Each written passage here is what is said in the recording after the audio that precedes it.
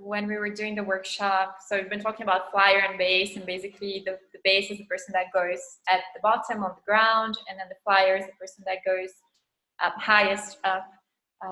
But then oftentimes when I try new tricks or something, like the higher it goes, we ask for the help of a few people from the outside to be spotters, and basically their job is to place their hands underneath. They're not touching us, they're not influencing the position in any way, but they're just there as an extra safety so that people, the base and the flyer, know that they've got support. Do you know what would be, or have you had the experience of having spotters in relationships, and not the spotter like the one that's going to go about talking about your relationship, but the spotters that are there, that have your back when you need extra help moving forward in a relationship? I wonder what's up to you. Certainly. I'm immediately reminded of a situation where I have two friends that I know or knew individually, and they engaged in a relationship together. So I knew them both quite well before their relationship, and it did serve well on one or two occasions when they were having a little bit of difficulty, that somehow I ended up in a kind of mediating position. And I did think of this a little bit as the support that the spotters give. But essentially it's the same support that we get from our friends and family when we have a situation, maybe in a relationship where something's not working. Sometimes both people go off and they get the support that they need from their friends.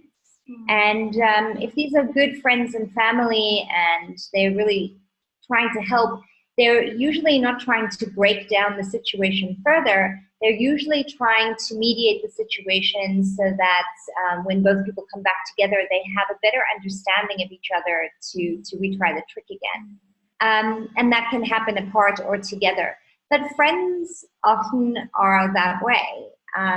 Friends often do give that little bit of support, maybe just the encouragement you need to be brave, or the encouragement that you need to say what you're feeling.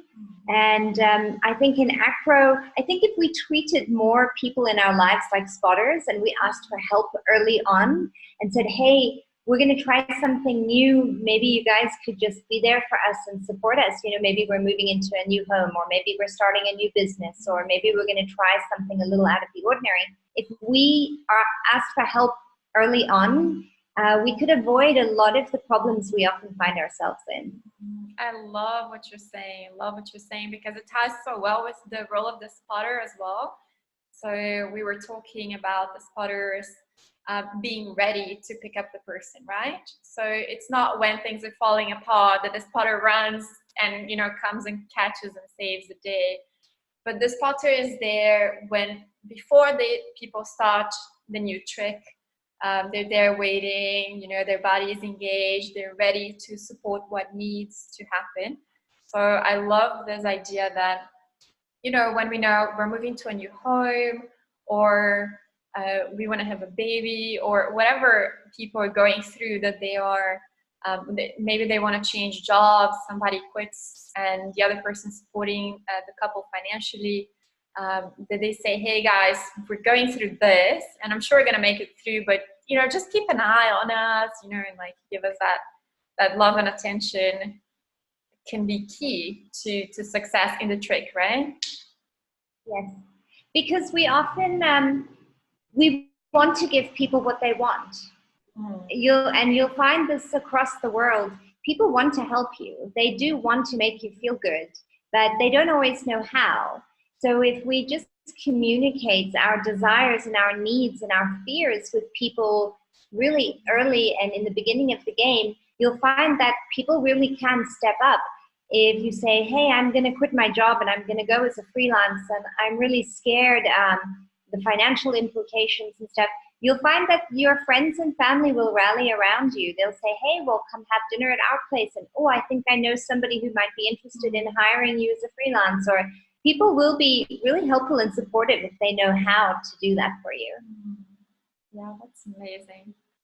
Thank you so much. I often leave the last question open if the person who I'm interviewing has also a challenge question for me, or if they want to say something at the end, because I poked you with an improv question at the beginning. So if you have anything, I'm open for it.